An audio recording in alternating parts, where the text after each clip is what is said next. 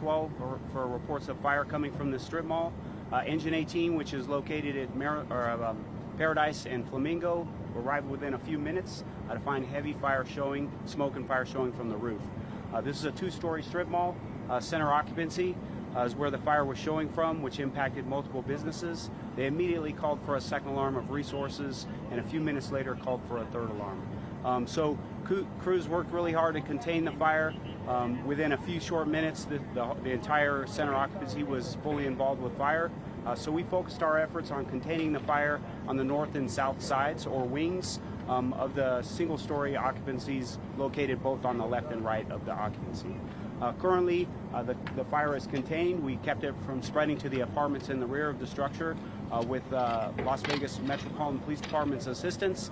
They were also on scene very quickly in assisting us, making sure that we had crowd control efforts and traffic control underway, and they were also reporting potential concerns for spot fires. So currently we're in the process of making sure that all the fire is extinguished. We have kept it confined to the center occupancy, which involves at least 8 businesses because it's first and second stories.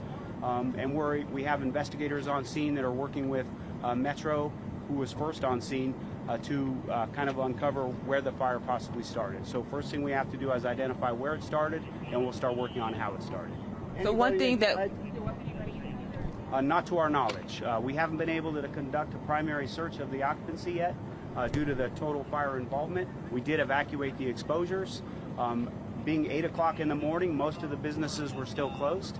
So there wasn't a ton of people here, but we have not searched the primary occupancy yet. And that may take a few hours due to the instability of the structure. We may have to get some dogs out and run them through to see what the issue was there. There have been no reported injuries, firefighter or civilian, that we know of. Was there anyone that was evacuated in the surrounding area? Metro did help us with evacuations of the adjacent or surrounding buildings, yes. And then as far as where it started, that's still under investigation? Yes, we do have reports that it possibly started in the rear, but we can't confirm that yet. Any word on the structural integrity as it sits right now? Is it going to collapse? We have notified the building department. There were multiple collapses. I don't know if anybody got that on video, but the roof was coming off of the structure. We call it a mansard or facade on the front was collapsing. To me, it looks very unstable.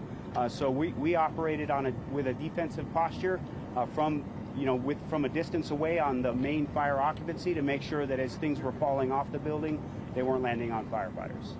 So obviously, structural collapse is a concern, and we'll be dealing with that for the next few days. And then the post office, I know that's something a lot of people are concerned about. Do we know the status of that? The post office, as with the other businesses in the center occupancy, is completely destroyed, and we've been making proper notifications.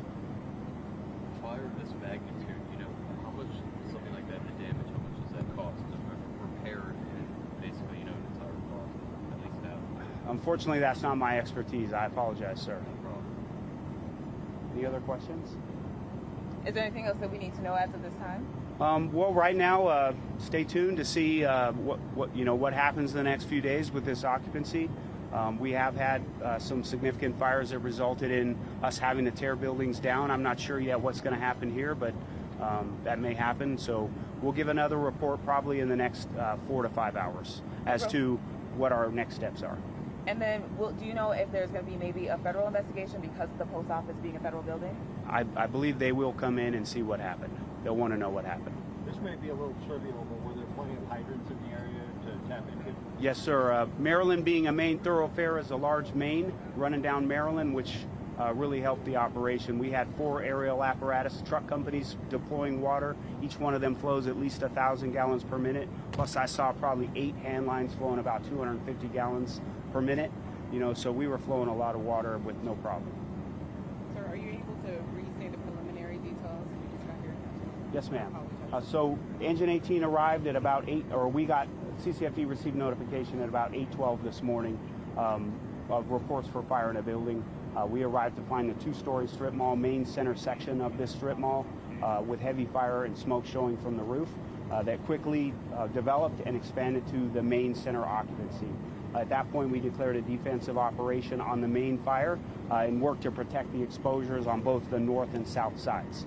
So we have been able to successfully do that with minimal damage to the north and south wings, protecting those businesses. Right now we don't know if there are any victims because we haven't been able to search the main occupancy, and that's going to take us a few hours. So we currently have about a third alarm of resources on scene, which is probably close to 100 to 125 personnel.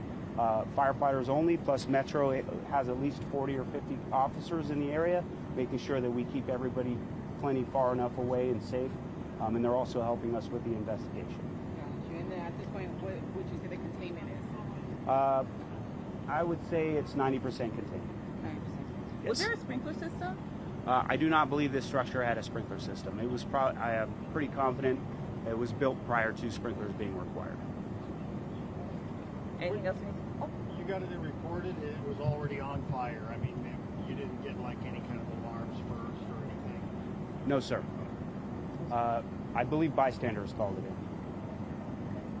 You never know if the 911 calls of this fire coming in will be available with you.